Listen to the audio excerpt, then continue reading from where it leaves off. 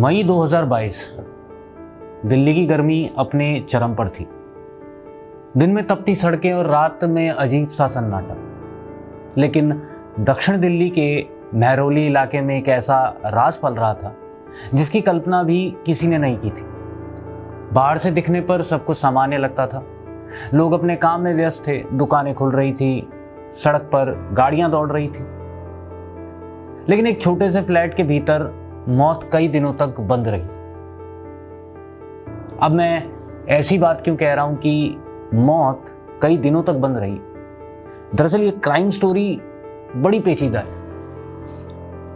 अब होता है कि उस फ्लैट में रहती थी एक 27 साल की श्रद्धा वकर, एक ऐसी लड़की जिसने प्यार पर भरोसा किया, अपने सपनों पर भरोसा किया और उस इंसान पर भरोसा किया जिसे वो अपनी दुनिया मान बैठी थी। महाराष्ट्र के पालघर जिले के वसई में पली बड़ी श्रद्धा एक साधारण परिवार से थी। वो पढ़ाई करती थी, नौकरी करती थी और अपनी जिंदगी को अपने तरीके से जीना चाहती थी। अब कॉल सेंटर में काम करने के दौरान उसकी मुलाकात आफताब अमीन पूनावाला से होती है।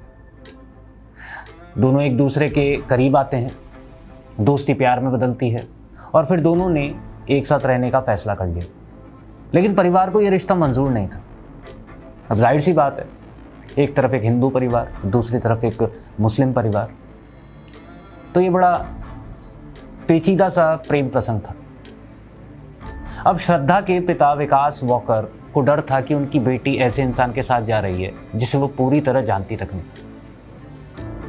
उन्होंने बेटी को समझाने की कोशिश की, लेकिन श्रद्धा ने परिवार के खिलाफ जाकर आफताब के साथ रहने का फैसला कर लिया था। शुरुआत में सब कुछ बहुत खूबसूरत लग रहा था, आजकल के ज़माने में जिसे लाला लैंड कहते हैं। सोशल मीडिया पर मुस्कुराती तस्वीरें थी, घूमने फिरने की बातें थी और भविष्य के कई सपने थे। लेकिन बंद दरवाजों के पीछे रिश्ते की सच्चाई धीरे धीरे डरावनी होती जा रही थी। श्रद्धा के दोस्तों के मुताबिक आफताब का व्यवहार बेहद आक्रामक था।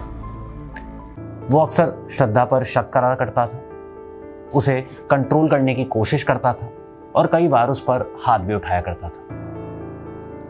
श्रद्धा ने कुछ दोस्तों को मैसेज करके बताया था कि आफताब उसे बुरी तरह मारता है।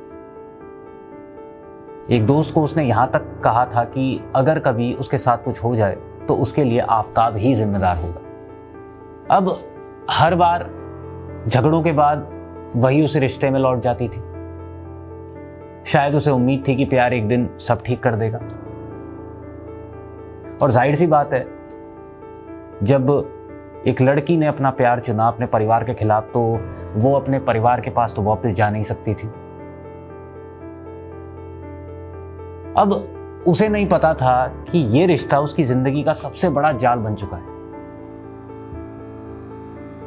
और फिर आती है 18 मई 2022 की वो रात, जिस रात दिल्ली के एक फ्लैट में ऐसा खौफनाक खेल शुरू हुआ जिसने पूरे देश को हिला दिया। पुलिस के मुताबिक उस रात श्रद्धा और आफताब के बीच किसी बात को लेकर जोरदार झगड़ा होता। बहस इतनी बढ़ जाती है कि गुस्सा हिंसा में बदल जाता है।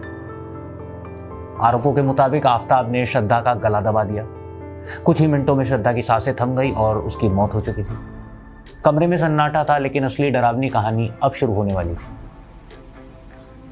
पुलिस जांच के अनुसार हत्या के बाद आफताब घंटों तक शव के पास बैठा रहता है।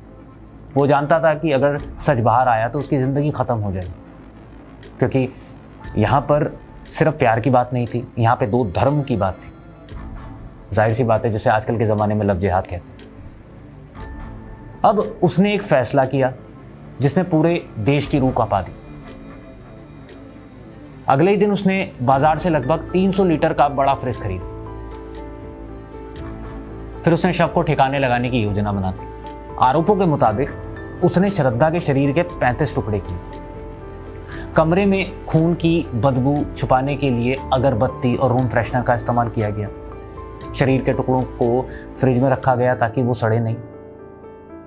अब सोचिए, जिस घर में कभी दोनों साथ बैठकर खाना खाते होंगे, हंसते होंगे, भविष्य के सपने देखते होंगे, उसी घर के फ्रिज में अब एक इंसानी शरीर के टुकड़े रखे थे। और वो शरीर किसी और का नहीं था, वो उसका था जिसने इस आफताब पर भरोसा किया था। लेकिन सबसे चौंकाने वाली बात यह थी कि आफताब इन सब के बाद भी बिल्कुल सामान्य जिंदगी जीता रहा। दरअसल ये एक सबूत है एक साइको किलर का। शायद ऐसे लोग दिमागी रूप से बहुत विकलांग होते हैं जो इस तरह का कदम उठा लेते हैं। अब पुलिस के मुताबिक वो रोजमर्रा के काम करता रहा, सोशल मीडिया इस्तेमाल करता रहा, लोगों से बात भी करता रहा, यहां तक कि दूसरी लड़कियों को भी उसी फ्लैट पर बुलाता रहा, उस फ्लैट में जहां मौत बंद थी, जहां पर एक लड़की के 35 टुकड़े किए गए थे। अब रात करीब 2 बजे दिल्ली की सड़कें खाली हो जाती और आफताब बैग में शरीर के टुकड़े भरकर निकलता है। वो महरौली और छतरपुर के जंगलों की तरफ जाता है और एक एक करके उन हिस्सों को फेंक आता है।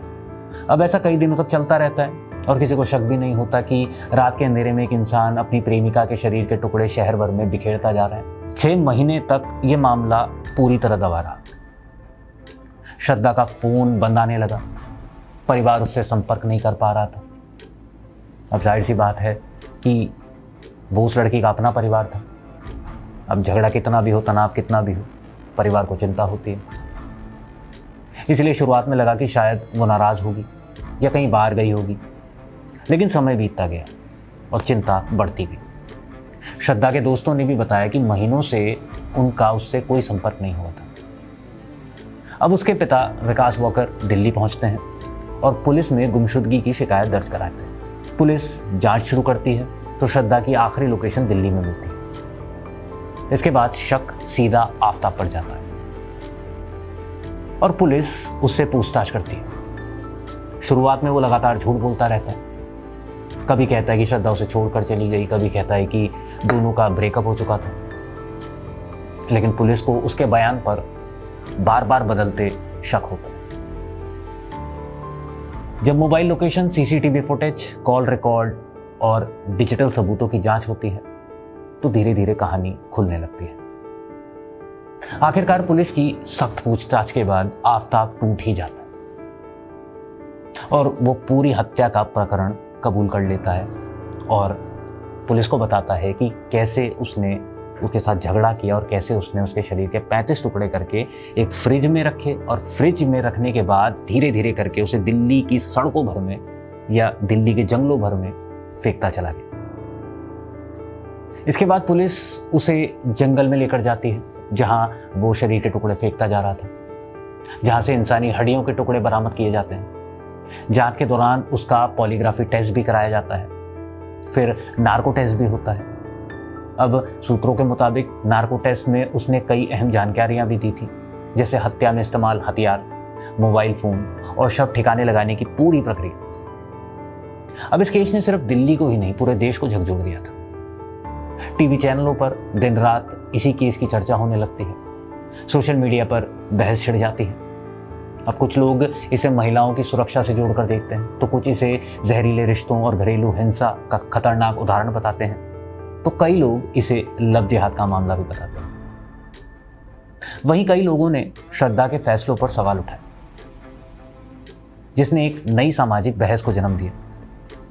लेकिन इन तमाम बहसों के बीच सबसे बड़ा सवाल यही था, क्या कोई इंसान इतना निर्दयी हो सकता है कि जिस लड़की के साथ उसने जिंदगी बिताने के वादे किए उसके शरीर के टुकड़े कर दिए।